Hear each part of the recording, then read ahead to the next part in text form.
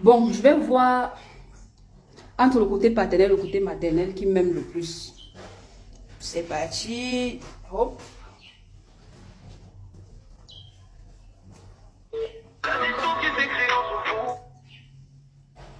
Allô? Oui, tonton, bonjour. Oui, bonjour, Capri, ça va? Tonton, ça ne va pas. Mais c'est passé à quoi? Tonton m'a porté plainte, je suis au commissariat. On a dit que si un membre de ma famille ne vient pas, je vais dormir en cellule. Oh là là, oh là là, oh là là, oh là là, oh là là. Ben, c'est quel commissariat là? Tonton, je suis au 14e. 14e. 14e, je connais qui. Bon, s'il te plaît, attends que je passe un coup de fil, hein. Je passe un ou deux coups de fil là, puis je te reviens, hein. D'accord, tonton, merci. Supporte un peu, sois forte, hein. D'accord, merci, tonton. Ok. Voilà. Je parle encore ou bien... Je vais appeler mon oncle paternel. Comme on dit que la famille paternelle ne sert à rien, là, on va aussi appeler pour moi, on écoute ce qu'il va nous dire.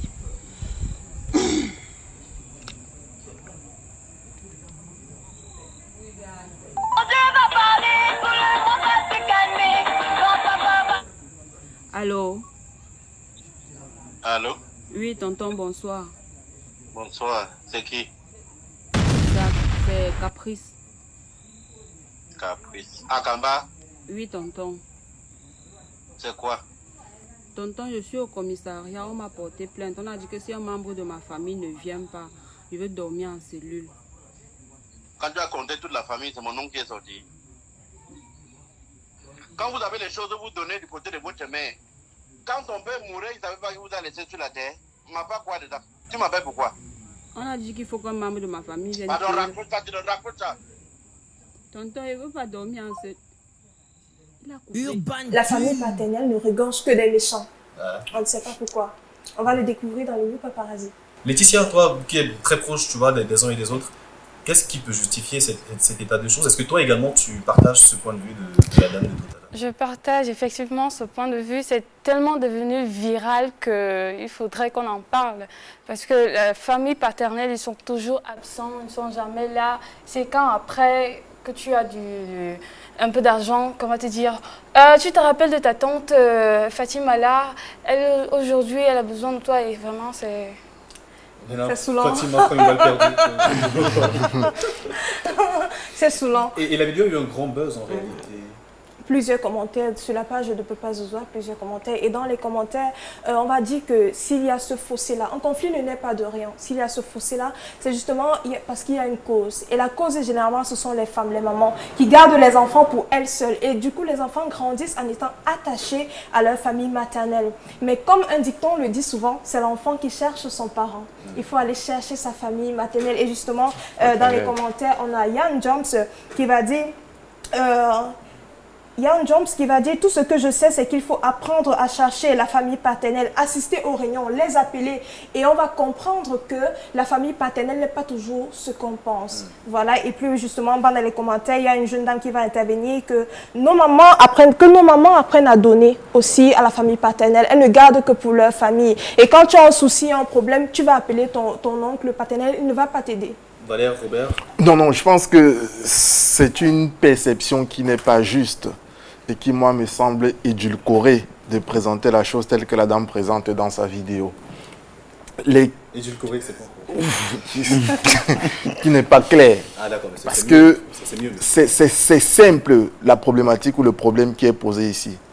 C'est quelle est la relation qui existe entre les progénitures, les enfants d'une famille et la famille paternelle pendant ou après l'existence de leur papa. Parce que le père peut être vivant comme il peut être décédé. En général, ce qui se passe, c'est que quand le parent est vivant, notamment le père, même quand il y a des inimitiés ou alors des incompréhensions, sa présence réussit à atténuer le conflit, notamment entre ses enfants et sa famille. Le conflit naît de quoi, justement? Le conflit naît en général de deux choses. Et ça, c'est important que tu poses la question. La première chose, c'est que les enfants n'ont pas une certaine reconnaissance, une certaine identité vis-à-vis de leur famille. c'est une vidéo qui semble être dérisoire, mais la problématique qui est posée est une problématique fondamentale. Parce qu'elle met ici en exergue la question de l'harmonie au sein de nos familles. Et si on n'y prend pas garde, on risque de tuer la sympathie de nos Voilà, familles. Non, mais vraiment, moi, je pense d'autrement. En tout cas, là, vous exposez, vous parlez comme s'il y avait un problème, mais il n'y a réellement pas de problème, vous savez. Puisqu'en réalité, chacun d'entre nous sur ce plateau fera partie ou fait partie de la famille paternelle de quelqu'un. On est d'accord? Alors, est-ce que vous allez vous comporter comme le monsieur, enfin, du moins, comme ça s'est présenté dans la vidéo? C'est une question que je pose. Je réponds rapidement. Oui. Il ne peut jamais répondre rapidement, ce monsieur. Non, je vais répondre rapidement. Allons-y, oui, rapidement. C'est possible que l'on se comporte comme le monsieur. Vous Oui. savez, les comportements ou les réactions s'apprécient par contexte. Donc, si on se retrouve dans le même contexte Oui. que le monsieur, par exemple, qui avait un frère, et peut-être le frère est décédé, qui avait beaucoup de biens, le monsieur, je pense, il dit la famille paternelle a été exclue, ils n'ont pas été associés à rien, peut-être le frère a été enterré, ils n'ont même pas eu de courant, et vous avez un problème maintenant, vous m'appelez. Non, mais Non, mais vous ne pouvez pas rejeter votre sang, ce n'est pas possible. Vous ne pouvez pas rejeter votre sang, ce n'est pas normal. En fait, ce n'est pas fondé. En fait, si c'est votre sang, c'est-à-dire que c'est un membre de votre famille, vous êtes dans l'obligation même de l'aider si la personne se retrouve en difficulté. Vous ne pouvez pas dire que, bon, parce qu'à un moment donné, vous nous avez oubliés, vous n'avez pas été, enfin, du moins, proche de nous, on vous met de côté. C'est justement parce que vous vous comportez comme ça, peut-être que les gens l'ont senti beaucoup plus tôt et n'ont pas voulu, à un moment donné, penser à vous. Et là, c'est parce qu'on est vraiment coincé qu'on se dit, mais j'ai vraiment pas du choix, il faudrait que je l'appelle. Et donc, on appelle. Mais vraiment, je pense que tout vient, en fait, c'est quelque chose que chacun développe à l'intérieur de soi. Et après, dans la vidéo qu'on a vue préalablement, ça se voit qu'elle est plus proche aussi de son oncle maternel, parce que lorsqu'elle appelle son oncle, tu vois, directement, elle dit son prénom, il est chaleureux, mais l'oncle maternel ne connaît même pas son nom. Exactement, c'est qu'il n'a jamais voulu, en tout cas, s'intéresser à elle. Ou alors, elle n'a jamais voulu s'intéresser à lui. Certainement, justement, et pour revenir, parce que j'avais demandé à l'aîné, pourquoi est-ce qu'on se sent plus à l'aise dans la famille maternelle? Il m'a tout simplement répondu, parce que tu es chez toi. Tu es mon sang. Je peux douter de l'enfant de mon frère, mais je ne peux pas douter de l'enfant de ma soeur. Et justement, ce que tu dis me permet de faire une bonne relance, parce qu'il y a une personne qui a douté de la paternité de sa paternité et qui a fait un test d'ADN. On en parle également dans News Paparazzi. Ça fait du buzz sur la toile, au Cameroun en particulier. Et devinez quoi? C'est le mari d'une femme très riche, parce que son père, lui, était riche, donc ça se transmet. Toi, tu étais pauvre, ton père est pauvre, bon, révélatoire. Voilà, et tu nous en dis davantage. Oui, effectivement. D'ailleurs, il y a un dicton qui dit, si on enlève les toitures des maisons, on va découvrir beaucoup de vérités. Mais cette vérité-là, on n'a pas eu besoin d'aller la chercher, nous a retrouvée sur la toile. Et c'est l'histoire du mariage. Et quand je parle du mariage, je me souviens, je me rappelle du cérémonial du mariage. À l'instant où on dit, vous êtes unis pour le meilleur et pour le pire. Mais jusqu'à quel pire est-ce qu'on va accepter et tolérer? Eh bien, c'est l'histoire de l'ancien joueur camerounais, Jérémy Sorel Nditap, qui aurait demandé le divorce à sa femme pour des raisons telles que manipulation et mensonge, injure en public et non-consommation du mariage. Il est devenu titulaire au F5 ans. F5 ans, c'est quoi? Je suis pas un jour. C'est un camp. F5 ans. F5 ans. Ouais. Et le camp, c'est quoi? C'est quoi le camp? Il ne consommait pas son mariage, donc Laetitia, du coup, il est consommer le devenu mariage, ça veut dire titulaire. Consommer le mariage veut dire tout simplement, on va partir d'un point de... C'est quoi? On n'est pas sur un chemin. Je pense que tout ça, c'est parce qu'il ne consommait pas ce qu'il doit consommer. En fait. Il avait besoin de sa femme et elle ne répondait pas à ses besoins et tout. Elle n'était pas présente, l'affaire fait jaser la toile, beaucoup de langues en parlent. On a d'ailleurs certaines personnes qui disent qu'il faut craindre la femme, prendre 5 minutes de son temps pour craindre la femme. Mais comment craindre cette mère de l'humanité? C'est là qui vous donne la vie, comment? Vous comprendrez qu'il faut craindre la femme parce que vous allez voir Sandra tout à l'heure. Valère? Bon, d'abord, il faut répondre à la question que tu as posée à Laetitia. C'est quoi consommer le mariage?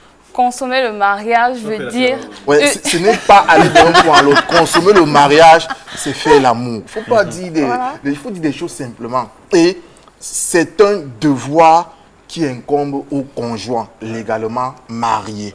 Et c'est un élément également qui peut justifier un divorce, la non-consommation du mariage. Il faut que les femmes le sachent. Je suis fatigué. Mais on peut être fatigué, on travaille beaucoup, le corps se fatigue. Je veux d'abord vous dire quelque chose qui est très clair. Oui. Dans la tradition bantou, bantou de souche, une femme ne se refuse pas à son mari.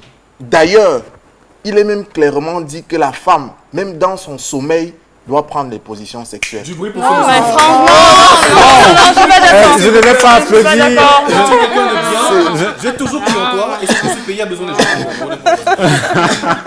Ça, c'est Attention. très important. Maintenant, sur le sujet que Gisèle met en nu, ça nous est retrouvé sur la place publique. C'est un divorce. Ça peut arriver dans tous les foyers. Vous savez, c'est parce que même le législateur sait qu'on peut être ensemble et que ça ne marche plus demain qu'il a ouvert la porte au divorce. Sauf que ce n'est pas le maire qui vous unit, qui casse par la suite, c'est le juge. La problématique ici pour moi, c'est quelles sont les raisons qui sont invoquées pour justifier le divorce. Robert, moi, il y a un truc, moi, je Et moi, j'ai lu D'accord.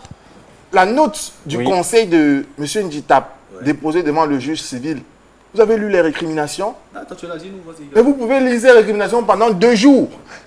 C'est tellement de points sur le plan corporel, sur le plan psychique, sur le plan conjugal, sur le plan financier. Vous vous dites, mais comment est-ce qu'un homme qui a vécu autant de choses... Non mais après, moi je me pose une question. Tu vas rebondir forcément sur ce qu'il a dit tout à l'heure, mais ils sont ensemble depuis énormément d'années. Ça fait que 5 ans forcément qu'ils ne conjuguent plus la conjugaison conjugale. Mais ça fait énormément d'années qu'ils ont ces enfants. Et ce n'est qu'aujourd'hui qu'ils se rendent compte. Je ne sais pas si vous voyez à quel point c'est grave en réalité. Avant le mariage, peut-être, elle le trompait déjà. Et pendant le mariage, peut-être, elle le trompait toujours. Et ce n'est qu'aujourd'hui qu'ils se rendent compte en tant qu'homme, on est déchiré en fait, qu'on est un homme et qu'on est au courant de ce genre de choses. Ah non, mais c'est vrai que c'est choquant, mais maintenant, je ne sais pas, peut-être qu'il... Qu'est-ce que je me pose, c'est est-ce qu'il n'a pas douté un peu plus tôt du fait que ses enfants ne soient pas les siens. Les hommes sont des hommes, en fait, les hommes sont des personnes qui ne doutent pas à la base, ils font confiance. En réalité, c'est la femme parfois qui doute, tu vois. Oui, sûrement pas, mais bon, à un moment donné, s'il ne sait douter de rien, et je crois que selon la législation toujours, en tout cas les enfants qui sont nés dans la maison vous appartiennent. Donc même si d'un point de vue, je ne sais pas ce qu'il va faire, est-ce qu'il va les abandonner finalement? Parce que pour moi, en fait, ce sont ses enfants, il les a élevés, il devrait les garder et toujours les aimer.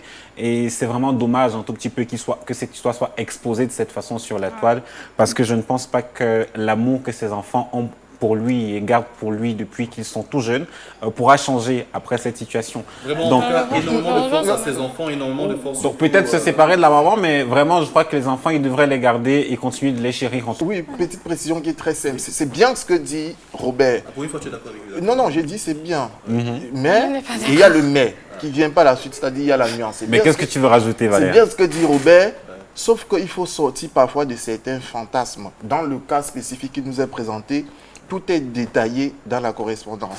Les incriminations qui sont portées sur la mère, il y a un point, c'est le point 9, qui dit que ces enfants, oui, tout à fait, ces enfants ont contribué à dénigrer, à injurer le monsieur. Donc c'est bien de parler de il faut chérir les enfants, il faut, mais comme lui-même il a dit, si malheureusement les enfants ont été nourris au biberon de la détestation, ça va être compliqué que les relations continuent après. Si surtout un divorce est prononcé et le père se retire de la maison et les enfants vont rester avec le mère, quel est le discours qui est resté tenu aux enfants? L'homme perd en dignité, en respect, s'il faut faire le test de paternité.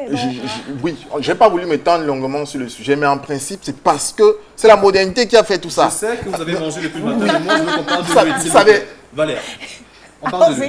5 secondes. Effectivement. Non, pas 5 secondes. Je veux faire la purée, mon frère. Allons-y. On se souvient en 2021, en 2022, où il y avait une pluralité de vidéos comiques sur la toile où il fallait mesurer avec une seringue la quantité d'huile à utiliser pour cuisiner. Mais eh bien aujourd'hui, j'ai pu ressentir la joie et le sourire sur le visage des femmes et des ménagères. Parce que moi également, j'ai eu le même sourire en lisant le communiqué du ministre du Commerce, Luc Magloire Parga-Tangana. Qui stipule que l'huile est revue à la baisse en kit de 1500 francs à 1100 francs CFA. Une grande joie quand même. C'est une bonne nouvelle. Ah, bravo. Honnêtement, c'est une bonne nouvelle, je pense. Ah non, mais vraiment, c'est le moment de stocker. Hein. Ouais, Laetitia, c'est une bonne nouvelle. Quand est-ce qu'on va changer le prix du carburant? Quand est-ce qu'on va changer le prix du gaz? L'huile, pour le moment, ça ne représente rien d'après moi. Je crois que c'est une façon de toucher directement à la ménagère parce que c'est elle qui se plaignait justement du fait que la vie devenait de plus en plus chère. Donc pour moi, en tout cas, c'est quelque chose à saluer. On va pas rejeter. Alors, vous qui n'êtes pas d'accord, je vous invite à toujours donner un peu plus à chaque fois que vous décidez d'acheter de l'huile. Mais en tout cas, pour nous, c'est plutôt bien. Okay. Moi, je pense que c'est une mesure simpliste et simplificatrice. Oh. Regardez. High level of French. Non. Regardez, Seven Noudou. En plus simple, Valéa. En plus simple. Elle a dit tout à l'heure qu'il y a eu une explosion, une croissance vertigineuse des prix des denrées de première nécessité, notamment l'huile, à cause de la crise russo-ukrainienne. On est passé de 1100 francs à 1500. Parce que 1100 francs, c'était le prix initial avant que ça n'augmente. 3 ans ou 2 ans plus tard, on retrouve l'indice de 1100 francs, qui est l'indice initial. Mais ce qu'on ne dit pas, c'est qu'avant que l'huile Maillot ne soit en 1100 francs en 2020-2021, c'était une augmentation parce que cette huile était à 900. 850. 850 même. Donc, mais d'une certaine façon, on est en train de régresser, on le fait progressivement. Tout comme l'augmentation également, c'est fait progressivement, Valéa. Ce qu'on doit plutôt poser comme question dans une mesure comme celle-ci, c'est que cache cette mesure? Effectivement, je suis d'accord. Parce que le diable est dans les détails. Ah non. Après, vous aimez toujours... La baisse du prix se situe à une période très précise. Il faudrait aussi baisser le prix du carburant, baisser le prix du gaz. Pourquoi seulement le prix de l'huile? Vous ne voyez pas le mal partout? Vous voulez forcément parler des élections qui arrivent en 2025? Je viens. La question que tu dois me demander, c'est quels sont les éléments sur lesquels je m'appuie pour voir les élections dedans? Voilà. Donc, parce que attendez, bon, de toute façon, que ce soit pour les élections ou pas pour les élections, la question que moi je posais, est-ce que ce n'est pas bien pour le panier de la ménagère? Si c'est bon, je crois que le débat est clos. Dans les commentaires, quand même, on dit que ce n'est pas l'huile qui va faire toute la cuisine. Le riz, actuellement, connaît une grande hausse. Donc, les gens sur la toile voudraient également qu'on voie le prix du riz, si ça peut. Et effectivement, moi, je préfère leur faire confiance et attendre que les choses se fassent progressivement. Et en parlant, il ne faudrait pas que tout reste sur le papier parce que beaucoup appellent à la mise en action sur le terrain. Parce que je suis partie voir mon boutiquier, par exemple, je lui ai dit, voilà, le prix de l'huile a baissé, il m'a dit qu'il ne peut pas vendre. Donc il faut une mise en action sur le terrain pour que cela soit conforme. Beaucoup de commerçants ont des stocks qu'ils ne pourront pas accepter vendre à 1100 francs CFA. C'est la raison pour laquelle je vous ai dit tout à l'heure que c'est une mesure simpliste et simplificatrice. Parce que pour prendre une mesure avec incidence directe sur le coût d'un produit de grande consommation comme l'huile, comme le ministre l'a fait, il devrait se prémunir de 2 précautions managériales qui sont fondamentales. La première précaution, c'est de se rassurer que les anciens stocks qui ont été achetés sur le prix de l'ancien coût, c'est-à-dire qui devrait être modélé sur le prix vendable sur le marché à 1500, soit épuisé. Dans le cas spécifique, ce n'est pas le cas. Deuxième, c'est sur la capacité de distribution du produit à grande échelle avec les stocks disponibles. Parce que, par exemple, il a dit tout à l'heure, si vous réduisez l'huile à 1100 francs, la dame qui achetait 1 litre à 1500 va prendre la mesure économique et dire, comme le gouvernement a réduit, je ne sais pas pour combien de temps, je peux pas acheter directement 10 bouteilles, je mets en stock. Sauf qu'en augmentant sa capacité d'acquisition, elle réduit la disponibilité de produits sur le marché. Où est la régulation? Non mais où est son problème? Chacun ses problèmes.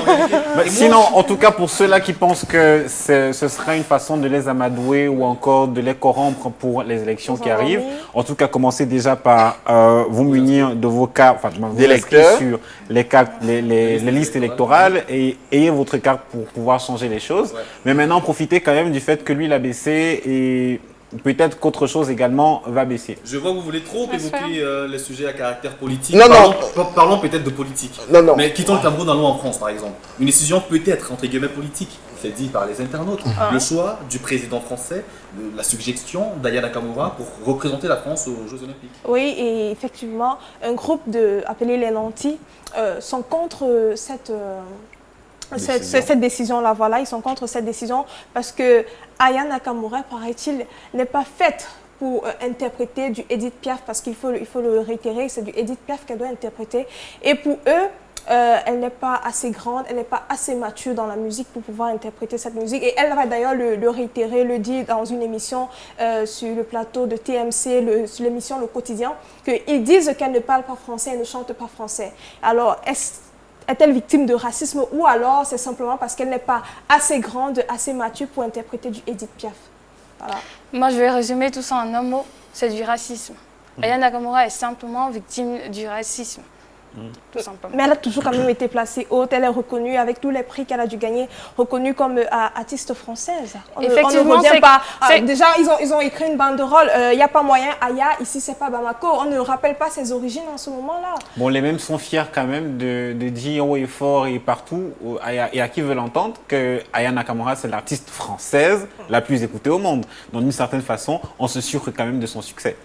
Il devrait normalement passer, enfin du moins se plaindre du fait qu'elle soit mise sur un piédestal comme celui-là. Non, je ne suis pas très d'accord. Pour moi, ça n'a pas de sens. Non, pour moi, ça a un sens. Le fait qu'on s'oppose au fait que Aya ne preste pas au JO, je ne suis pas totalement d'accord avec la décision, mais je la comprends. Pour 2 ou 3 raisons qui sont simples. C'est possible d'avoir souvent une raison. Bon, allons-y. Première raison. Oui. Vous avez dit tout à l'heure qu'il se sucre de son succès à l'international. Oui. Quand on dit qu'elle est l'artiste française la plus écoutée au monde. Oui, d'accord. C'est une chose de présenter une figure publique comme une artiste appartenant à un pays.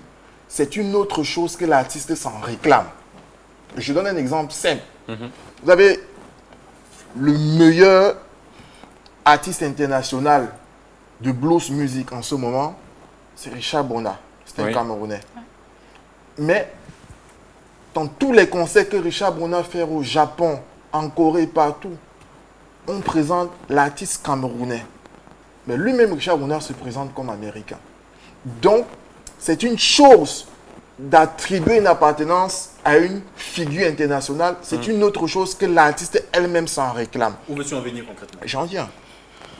La question que moi je pourrais me poser en tant que jeune Français, en tant que citoyen français, c'est quels sont les éléments de francité en Aya Nakamura? Est-ce qu'elle incarne... Mais elle représente la France à l'international. C'est devenu... Non. Mais c'est quand même carrément le visage. Est-ce qu'il suffit d'avoir la nationalité française pour incarner la France? La France, c'est des valeurs. La France est un pays qui a une histoire. Pourquoi on ne reconnaît pas qu'elle a passé Non, mais attendez. Justement, voilà. Oui, mais est-ce que c'est les Français qui doivent dire qu'elle n'incarne pas ses valeurs? Vous savez, être ambassadeur d'un pays à une occasion spéciale, comme les JO, c'est une tâche d'huile dans l'histoire d'un pays à jamais. Et on va prendre un exemple simple qui est proche de nous. Le Cameroun c'est une artiste qui est rentrée dans l'histoire. C'est une artiste. Valère, c'est une artiste qui est rentrée dans l'histoire de ce pays. Tu fais partie des gens qui n'étaient pas d'accord pour Fally Ipupa preste lors de l'ouverture de la CAN au Cameroun. En disant qu'il y avait des artistes camerounais. Non, mais mais ça c'est différent. C'est différent. Là, Fally Ipupa ne vit pas au Cameroun. Fally Ipupa ne paye pas les impôts au Cameroun. Fally Ipupa n'a pas la nationalité camerounaise. On est d'accord avec ça. La majorité, en tout cas des internautes, fustigeait le fait qu'il n'y avait presque pas d'artistes camerounais pour le compte de cette cérémonie-là. On a pris Fally Ipupa, on a pris une sud-africaine également. C'est carrément une comparaison qui n'a pas de sens, je vous promets. Je ne pense pas que la comparaison ait un sens, honnêtement, parce que s'il y avait un artiste camerounais de poids, il n'y aurait jamais eu ces débats sur la toile. Sauf que Aya Nakamura est une artiste française et qui devrait prester aux Jeux Olympiques en France, honnêtement. De toutes les façons, Aya a été invitée par le président de la République de ce pays-là et je pense qu'il a suffisamment mûri sa décision avant de l'inviter. Oui, mais derrière, quand même, ils disent que se cachent des raisons politiques. Si elle était invitée par le président, c'est pour couvrir une certaine manigance et tout. Ce sont des raisons politiques. En tout cas, une chose est sûre, la discussion, le débat se poursuit sur les différents réseaux, mais aussi à la maison. N'hésitez pas à vous abonner sur nos pages Facebook, Instagram et YouTube, Urban Media.